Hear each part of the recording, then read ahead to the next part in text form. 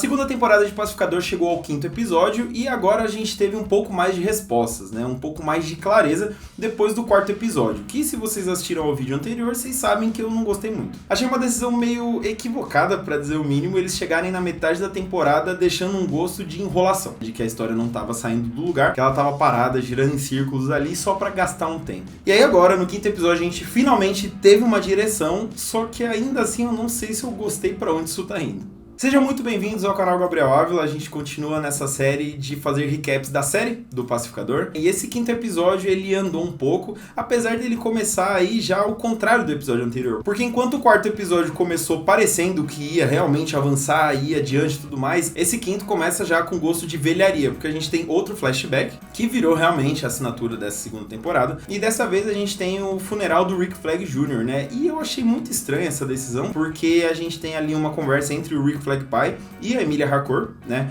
o pai do falecido e a melhor amiga / amante do falecido, conversando sobre essa perda, o pai querendo vingança, ela escondendo, guardando o segredo de quem matou o filho dele, que foi uma conversa muito parecida com a exata conversa que eles tiveram no episódio anterior. A maior diferença, claro, é o recorte temporal, porque nesse flashback ele se passa antes da primeira temporada do Pacificador, então a Emilia Harcourt ainda não ficou amiga do Pacificador, e aí ela até promete que o cara que matou o filho dele vai pagar e tudo mais, mas no episódio anterior a gente viu ela passando um pano pra ele, então não faz muito sentido, mesmo que eles estivessem tentando preparar para o que acontece no restante do episódio, né? Porque aí, passado o flashback, a gente vai para a nova emboscada da Argus pro Pacificador, né? Porque a anterior não deu certo, então eles armam outra. E logo que esse momento começa, a gente descobre que a Emilia Harcourt deu o toque de que ele estava sendo grampeado, né? De que era uma armadilha, que a Argus estava chegando nele. Ela usou lá uma palavra secreta entre eles, que é um código pra tipo, ó, deu merda, é armadilha, não vem. Algo que ele ignora por motivos pessoais, mas assim, é bom que já resolve um dos questionamentos deixados pelo episódio anterior de se ela traiu ele, né? E a resposta é não. Ela meio que fez a parte dela pra ganhar a confiança da Argus, tipo, ó, eu tentei, mas torcendo pra ele não ser burro o suficiente pra ir lá. Mas a gente tá falando do Pacificador, é óbvio que ele ia ser burro o suficiente pra ir lá, mas ele faz isso por um motivo que também já tava, né, bem desenhadinho pelos episódios anteriores, que é ter uma resposta definitiva. O Pacificador precisava saber se a Emilia Harcourt do mundo dele sentia algo por ele, se ele podia nutrir esperanças deles terem algo ali. Porque senão ele ia pegar as coisas dele e raspar fora pro outro universo. E aí eu volto rapidinho pro flashback pra mostrar como ele realmente não funciona muito bem, porque a ideia, né, de mostrar a Emilia Harcourt falando, o cara que matou o Rick Flag Jr. vai pagar, foi pra criar tensão, né, pra saber se, nossa, ela realmente traiu ele. E aí a gente já tinha muitos indícios de que não, e aí minutos depois a gente tem a definitiva que não, então pra quê? Se esse flashback, sei lá, estivesse no final do episódio anterior, aí sim eu acho que deixaria, né, um mistério, ia amplificar, né, essa dúvida de, pô, traiu ou não traiu, um momento meio Dom Casmurro ali em Pacificador. Mas é tudo tão rápido que a gente não tem nem tempo pra sentir essa dúvida, né? E aí a gente tem a emboscada, o Pacificador já sabia, então é até bem divertida essa cena, que ele vai meio que grudando em adultos, crianças, né? Em pessoas que ele sabia que a Argus não se atreveria a atirar nele se ele estivesse perto, que é bem divertido, até que uma estratégia bem esperta. E ele deixa claro que ele tá ali pra ter as respostas que ele quer, e ela repete, ela diz que não significou nada, que ela meio que se arrepende porque ela tava bêbada, e aí ele meio que entende, né, essa resposta dela, ele toma como verdade e joga na roda. Fala, e o Rick Flag, vocês tinham alguma coisa?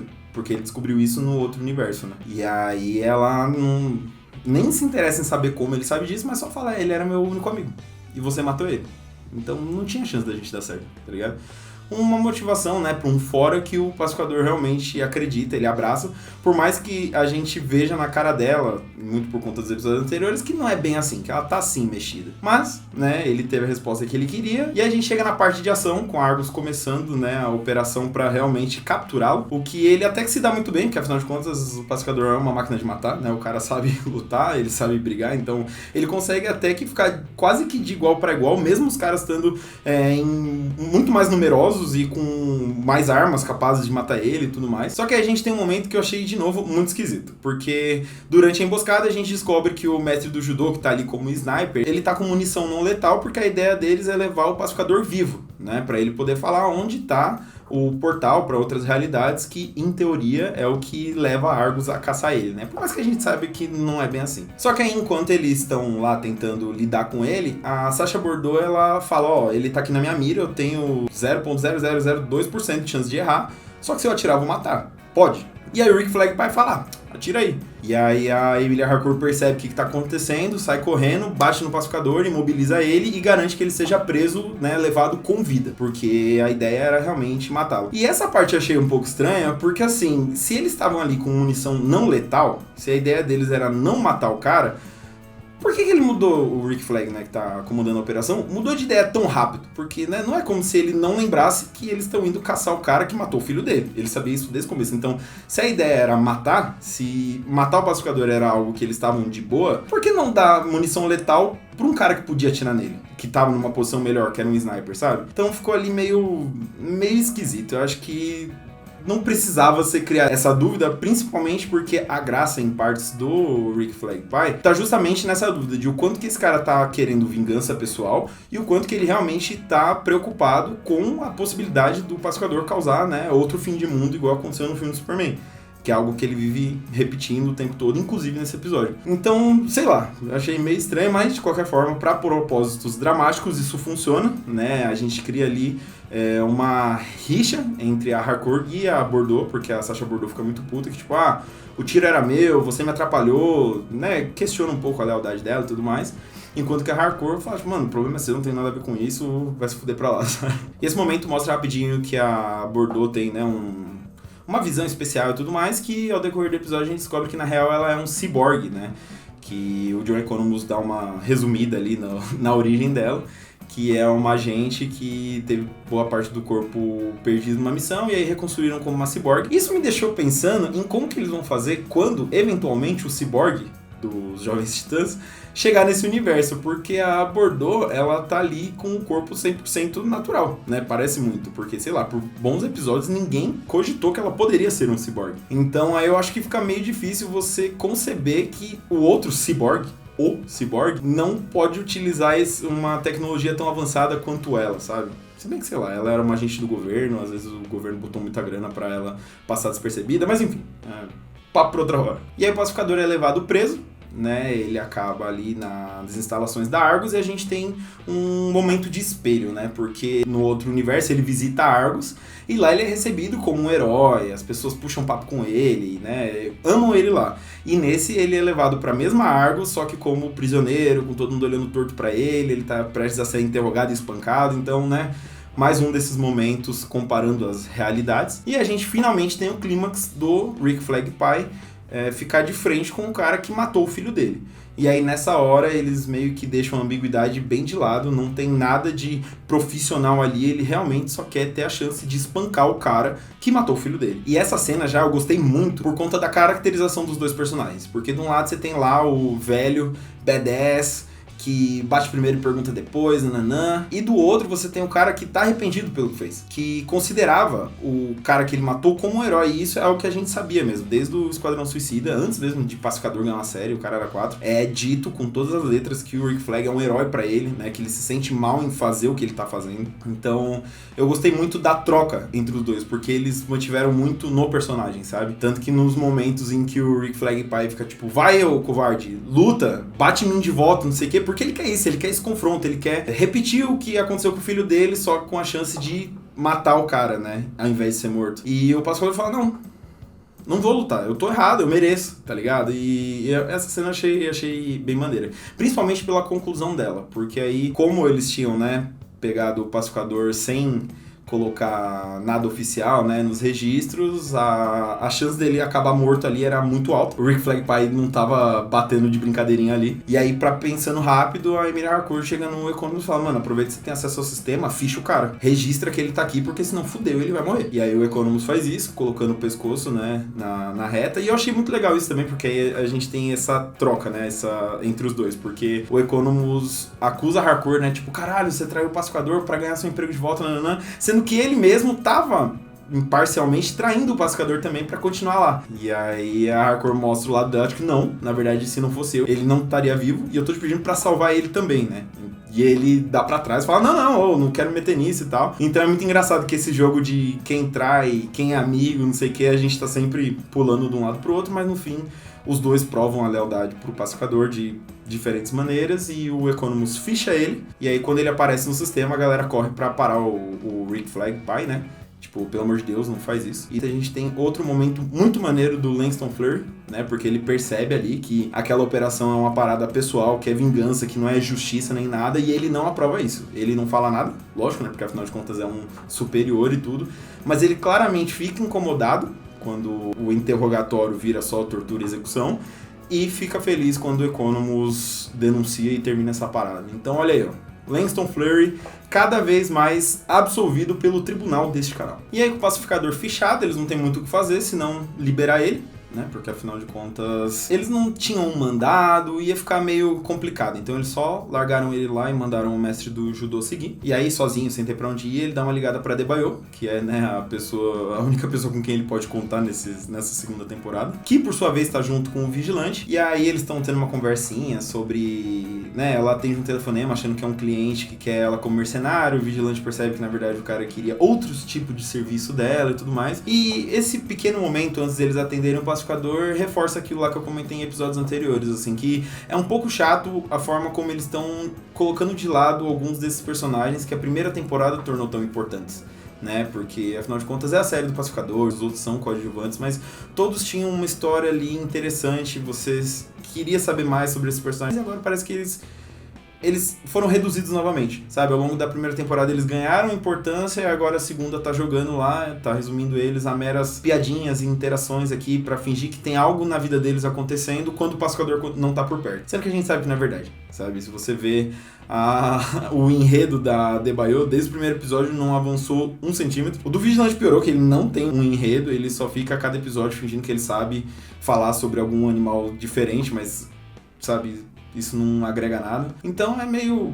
Por esse lado foi meio frustrante, mas aí, voltando à cena, o pacificador liga e fala, ó, vem me buscar e tal, que eu tenho que terminar o serviço, né? E aí o que ele faz é basicamente o que já estava cantado no último episódio, né? Onde ele simplesmente vai para o outro universo sem olhar para trás, né? Ele até meio que fecha o portal, então deixa até difícil pra galera ir atrás dele, não sei se ele tava pensando que alguém iria atrás, talvez sim, mas a ideia dele é realmente ir pra esse outro universo, ser feliz, não olhar pra trás e que se lasque. Mas, antes, né, da gente falar um pouco sobre essa travessia do pacificador e o que isso significa pro resto dos episódios, a gente precisa falar do outro enredo que tá rolando, porque enquanto o Adebayo, o Vigilante e qualquer outro tá meio que escanteado, tem alguém que ganhou um enredo nessa segunda temporada, que é a Ygritte, porque afinal de contas, como eu falei lá no episódio anterior, o Red Saint Wild, o caçador de águias, agora tornou a missão pessoal, não interessa se a Argus vai pagar ele ou não pra matar a Ygritte, ele quer matar a Ygritte, porque ela é, entre aspas, a águia primordial, é o que ele acredita. E aí a gente acompanha por parte do episódio ele caçando a Ygritte, enquanto o pessoal tá indo lá resgatar o pacificador e tudo mais. E aí eu gostei muito, mas muito da conclusão, né, do desfecho desse enredo, porque ele parece matar a Ygritte, né, ele realmente mata uma águia, mas na hora que ele chega perto pra pegar a recompensa, outras águias chegam, atacam ele, e aí ele vê que na real a Ygritte realmente é essa águia primordial, ou ao menos é como ele enxerga ela. Mas eu achei muito maneira, porque assim, no episódio anterior eles deixaram a construção perfeita, né? Porque o Red Saint Wild, ele fala que é impossível que uma águia ajude a outra, que eles são animais solitários, que só seria ajudada, né? Uma águia só ajudaria a outra se a águia ajudada fosse essa águia primordial e tudo mais. E aí no episódio seguinte é exatamente o que acontece. E pode parecer meio óbvio, mas é porque o personagem ele fala isso de uma forma tão biruta, né? Tanto que ele diz isso pro John Economus, que não acredita nele nem um pouco, que aí no episódio seguinte, essa teoria maluca e tal, se confirmar, é bem maneiro. Principalmente porque aí eu vou ser sincero e dizer que eu achei que ele tinha matado a Ygritte mesmo, assim. Aqueles segundinhos ali, eu pensei, puta, fudeu, e agora, né? Mas por sorte não, Ygritte está lá, vivona, entendeu? É a grande águia primordial mesmo, o craque do jogo, o craque da temporada. Então, muito feliz que a Egli sobreviveu e que esse enredo secundário serviu pra alguma coisa e foi divertido, porque do jeito que eles tinham apresentado no episódio anterior parecia só uma enrolação mesmo, como eu tinha reclamado. E não que não tenha sido, né, vamos falar a verdade, mas ao mesmo tempo, já que é pra enrolar, que seja me divertindo com o Michael Rooker sendo destroçado por um monte de águia de CGI. É pra isso que eu assino esse streaming. E aí a gente chega ao final do episódio, quando o Pacificador faz, né, essa mudança de universos. Ele realmente deixa pra trás o universo antigo, que na moral é uma bola que eles estavam cantando desde o primeiro episódio, quando ele vai pro outro universo e descobre que lá é maneiro. Se intensificou no terceiro, quando ele viveu, né, um dia lá e viu que realmente ele é amado e tudo mais, e a gente só foi ter a confirmação, só foi acontecer no quinto.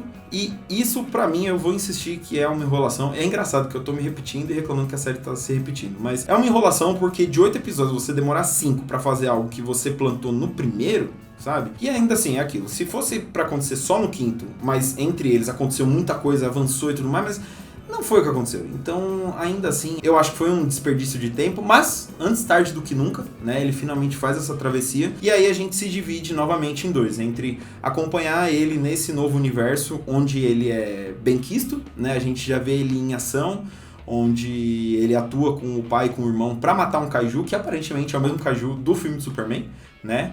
E aí ele vai lá pra Argus e ele é novamente recebido lá como um herói, e aí ele beija a Harcourt, então ele tá meio que vivendo a vida do sonho. E nesse universo, aí sim, a gente tem os amigos do Pacificador se unindo pra ir atrás dele, né? Pra ir buscar ele. E eu achei isso muito legal, porque aí tem um momento onde eles meio que se conversam, né? A Debaio pergunta pra Harcourt, pô, você realmente traiu ele e tudo mais? E a Harcourt explica que não, se não fosse eu, ele na verdade teria morrido. Então meio que todo mundo fica ali na mesma página e se juntam pra ir atrás do Pacificador, porque afinal de contas ele não deixou a porta aberta, mas ele deixou a maletinha, então tem como. E aí, pelo trailer do próximo episódio, é uma parada que aparentemente já vai acontecer imediatamente, então menos mal. E aí, pra mim, ficaram duas coisas desse episódio.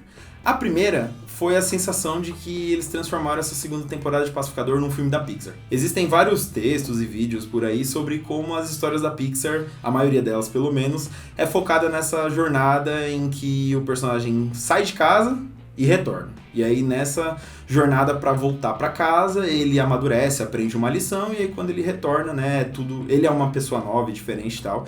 E aí você pode pensar nisso em Toy Story e tudo mais. E eu fiquei com a sensação que Pacificador tá meio que indo por aí, sabe? Porque a gente teve 5 episódios onde o foco meio que são os dramas internos do Pacificador, sobre como ele se sente um lixo nesse universo, e aí ele tá indo pra outro. E se confirmar, se a série tomar a rota mais previsível, ele vai chegar lá, ver que não é por aí, voltar pra trás e falar, não, eu vou ser feliz aqui onde eu já moro. Que é um papo que a própria Debaio já antecipou no episódio anterior, quando ela fala, né, sobre, não, a grama do vizinho sempre parece mais verde, mas a gente leva os nossos problemas onde quer que a gente vá, blá, blá, blá, blá. Então, se eles realmente forem por esse caminho, dele ir lá fazer a travessia, perceber que esse outro universo não é tão bom, ou que ele pode ser melhor e voltar, a gente vai ter visto ali um Toy Story do Pacificador. Mas a segunda coisa que eu tenho pra dizer, e aí é o que me anima um pouco mais pra continuar assistindo os próximos episódios, é que tá todo mundo falando que esses últimos 3 episódios da segunda temporada são uma parada maluca, né, são coisa de louco, tanto que eles não mandaram pra imprensa, né, a imprensa teve acesso aos primeiros 5 episódios antecipadamente, não a temporada inteira. James Gunn jura que ele fez mó segredo sobre esses últimos episódios, já estão dando entrevista aí sobre como esses próximos episódios vão impactar o universo DC e blá blá blá, e assim, a gente sabe que isso é pra vender, né, um marketing pra fazer as pessoas continuarem assistindo e tudo mais, mas se for mesmo, se realmente for uma parada muito diferente, aí eu acho que vai ser maneiro, eu acho que vai ter valido a pena, vai ter redimido esse caminhar esquisito dessa temporada, sabe? Porque nada me tira da cabeça que esses primeiros 5 episódios, sei lá, eram uns 2 ou 3, que eles esticaram pra ter uma reta final mais impactante, né? Mais grandiosa. Então, vamos ver. Até aqui eu tô com meu pezinho atrás, mas torcendo pra dar bom, porque eu ainda gosto desses personagens, eu gosto desse universo e a gente sempre torce pra dar certo. Mas eu realmente espero que vá pra algum lugar diferente, novo, porque senão aí vai dar um pouco de munição pra galera que critica o James Gunn por fazer só o que ele quer, pra empregar só os amigos dele e tudo mais. Eu espero que não seja por aí. Eu espero que a gente realmente termine essa temporada, tipo, caralho, que bom que o Pacificador voltou. Bom, eu vou ficando por aqui e novamente eu faço aquele convitinho para você se inscrever no canal, curtir o vídeo, deixar um comentário e vem com a gente, porque eu me comprometi, eu vou nessa segunda temporada até o final, seja bom, seja ruim, então vem com a gente que você será muito mais do que bem-vindo. Fechou? Até a próxima.